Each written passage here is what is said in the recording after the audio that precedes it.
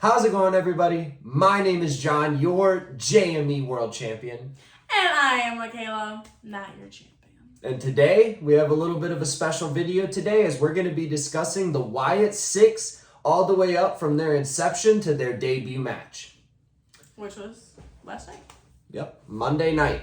And it was a pretty damn good match, but we'll get to that in due time. The first thing that they started off with was the QR codes, which went on way too long. I think they were annoying. Even the Wyatt stands would probably agree up to a certain point that the QR codes went a bit too long. It was at least 2 or 3 months of just QR codes, which, by the way, we never did any of them. So I don't know if you guys were over here like, oh, there was a QR code. Let me go back. Let me get the camera out. Let me make sure I get this. But we were not those type of fans. So I've never experienced spooky wrestling before. I guess I've never been around for Undertaker. I've never been around. I think Kane. I've never been around for Bray Wyatt, so this is my first spooky wrestling, and I like spooky things, but I don't know if this is one of them. Only because I can't, even before they even came out, the whole QR code thing. I was telling him I could not imagine it being the Wyatt Six entrance, spooky, dark. And then Cody Rhodes comes playing. Yeah, it's like what? The pacing would be weird. How can it? And it never has been. Have you noticed that? They have either cut it to where it's perfectly at the end, or it's a commercial. Just a little caveat for the people out there: we watch Raw on Hulu, so they cut around things a little bit to make it fit into an hour and 30 minutes because it's a 3-hour show. Even minus commercials, they still have to cut a bit.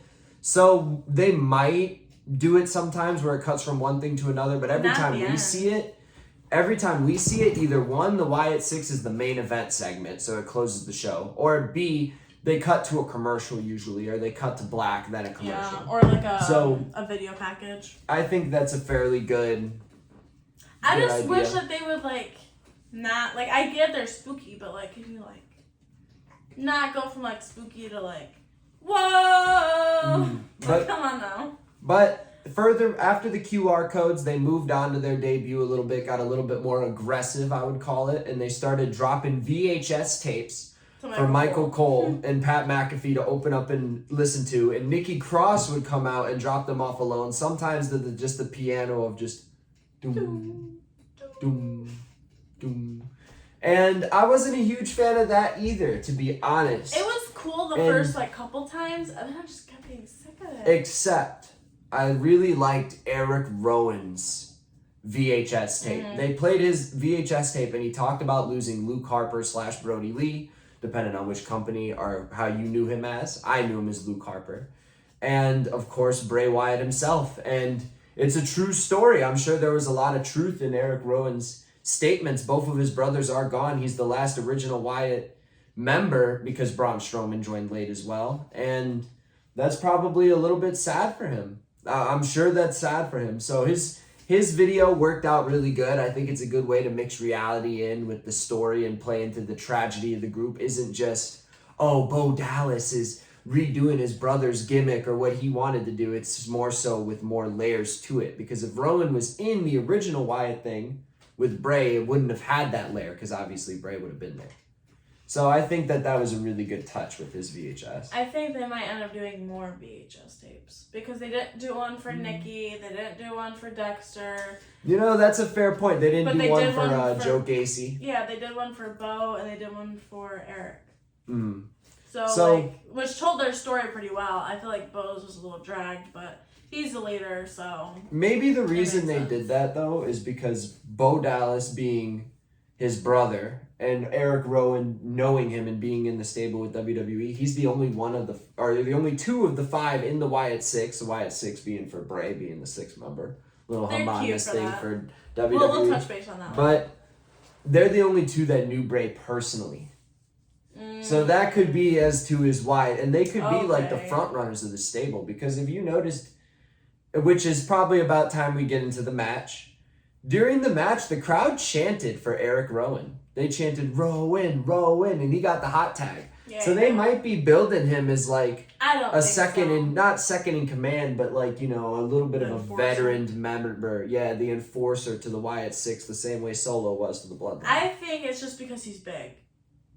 The rest, like, he's like a big guy. I mean, yeah, like but he looks like a Braun Strowman almost, but like the rest of them are like either smaller or like not normal as, sized. Yeah, they're not like as Bo tall Dallas, and intimidating. Bo Dallas and Joe Gacy, I would say, are similar to like Kevin Owens in terms of like build and stature.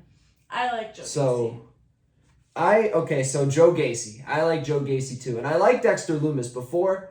She didn't really experience Dexter Lumis before when he was on the main roster, but I remember when he was on the main roster and they had his gimmick where he was like fucking with The Miz forever and always, and we didn't know why he was fucking with The Miz, but it was funny. And then eventually he fucked with The Miz. He took The Miz, like he literally took him and like kidnapped him, and then he just came back. It was like, well, what do we do from this point? And that is another thing that turned me away against spooky shit wrestling, because it's like, well, what's the payoff? Like, for even right now, they're stalking Chad Gable. What is the end goal? Teach him a lesson? Like, I don't think that's to kill him. But then we never see him again to unalive him. You just got us demonetized. We're gonna have to edit that out. I'll bleep it out. You're gonna have to do it a couple times now. But I don't really like what they're doing with Joe Gacy. Michael Cole made it really specific. It's like, oh, Joe Gacy thinks he's Huskus the Pig Boy.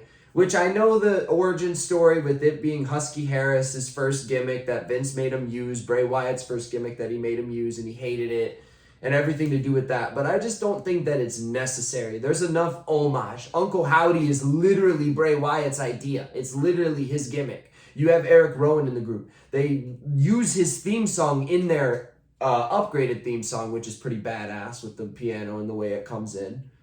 But I don't think that we need Huskus the Pig Boy. Like, it's just weird to me. And I know the story, and it still comes off as weird to me. So I can only imagine how it is to you. Like, what? He thinks he's Huskus the Pig Boy. Like, what the fuck does that even mean? The pig. He's just so, pig. Yeah, it's just that's his mask. So same thing as, like, the bunny. He's just a scary bunny.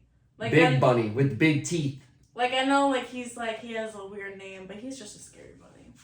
Same thing with, like, the bird. What in the world is a Mercy Buzzard?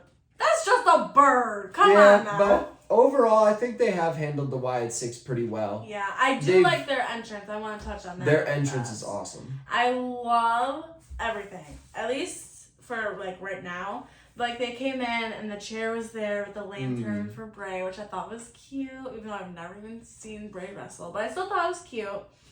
And then the music got me. At first, I was like, okay. It's like Michael Myers type music. Yeah, I was like, okay, what is this? And then the pace picked up. It just picks up. Yeah, and I was like, whoa, what is this? And it kept going. I was like, okay, I dig it. I like it a lot. And then it like came in, and then it kind of like went back a little bit. Yeah. And it was like, dude, like you imagine someone in the back walking far away. And then they added Bray's theme, which I didn't know, but I thought it fit pretty well. Yeah, I think they did a good job with that. I'm not entirely sure how it worked because I stopped watching WWE during part of the pandemic.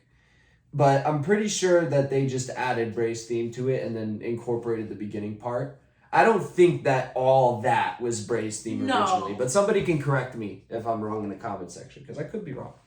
But overall, I thought the first match was pretty great. I thought it was It was cool. I thought it was better than any match we've seen on the SummerSlam card on Saturday.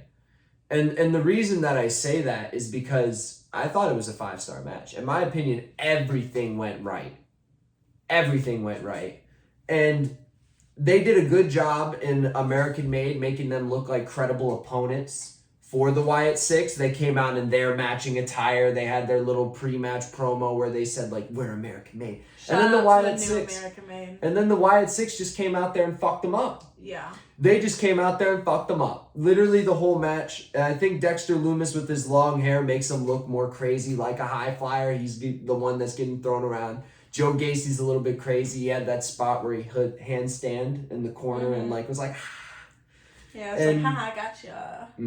And I thought the match was pretty fucking great. I even liked how Bo had, like he was sitting on the chair, like watching, and then he had Nikki Cross just like obviously like sitting there watching. I thought that was pretty cool.